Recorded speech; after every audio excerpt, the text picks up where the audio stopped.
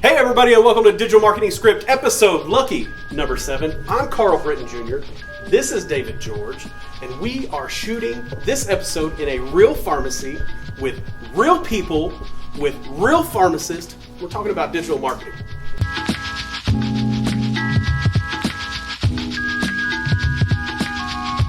All right, so the first thing we're going to talk about today is David George is the owner of 2 pharmacies. Him and Fong, they co-own these things.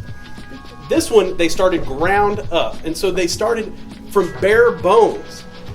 They contacted me, they knew about me, and we worked together from the very ground up, building a website, building their Facebook and their Twitter and all these different social media platforms. And then we've done their SEO, and we've helped them out. So David George, I would believe, and Fong are innovators in the pharmacy world, and they are always on the leading edge of technology. So, David, what is it about what you do that makes you want to stay out on social media or online? Why do you think that's important? So I think it's important because we started from nothing, and we have to somehow get people in the door. So having that presence online is huge for us, and we're hoping that getting that extra bang for your buck with SEO or Facebook and Twitter will attract those new people to the pharmacy. They also recently purchased their second location, which was an established location. Why do you think it's important at that location, which is a completely different ballgame than starting out fresh? So that location is unique because it's been around for a long time, but they have no social media presence. So it would be a huge benefit to getting new clientele into the pharmacy, maybe the younger crowd, and that'll help sustain the business in the long term. Where do you think social media is going in the pharmacy world? Do you think they need to stay on Facebook and maybe get an Instagram, or what about Snapchat? I mean, do you think that could be a potential? I think social media is always changing, so we have to be willing to adapt. People like information, but they also like to have fun. So seeing a picture of Fong or somebody in the lab doing some compounding is huge because they can see that we're at work and they get to see our faces compared to, here's a little bit of information on high blood pressure. So again, it's more fun, and social media allows that interaction. Absolutely.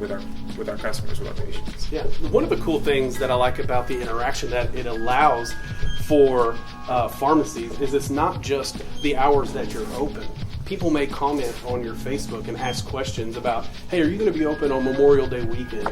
Are you going to have, the sale? Is it still going on your supplements and things like that? So it allows you to have that customer interaction even past your business hours.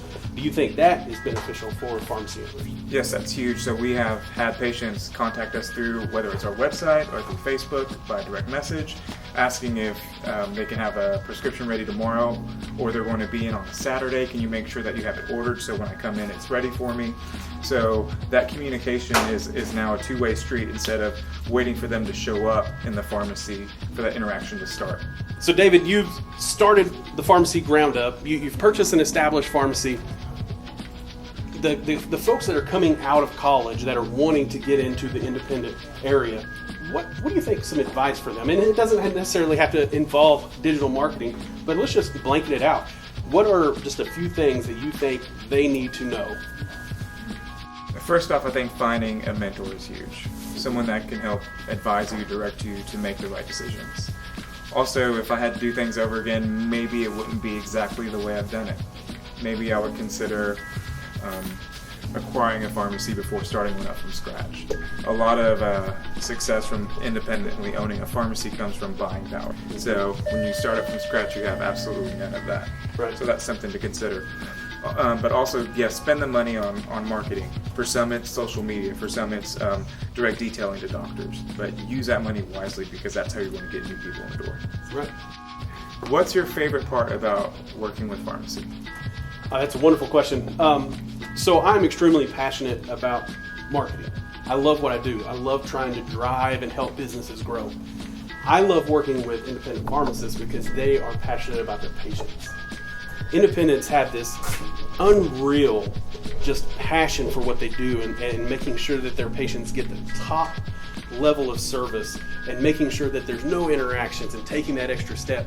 And I think that aligns perfectly with how I run my business, because we are super passionate. We're always looking for that next thing to make sure the pharmacists are growing and are developing their online and digital. So I think our services are different, but our thoughts and our emotions into what we're doing are exactly the same. So I love working with independents. That's very, very passionate for me.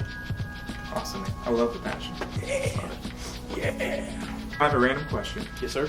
But what kind of magic or what fairies come work you over in the morning to make your beard look so good?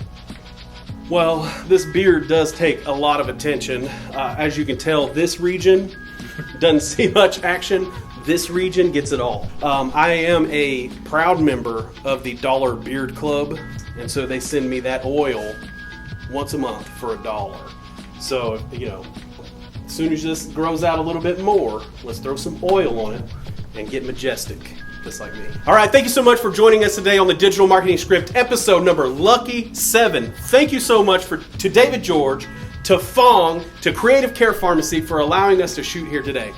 We appreciate it. Come back next time.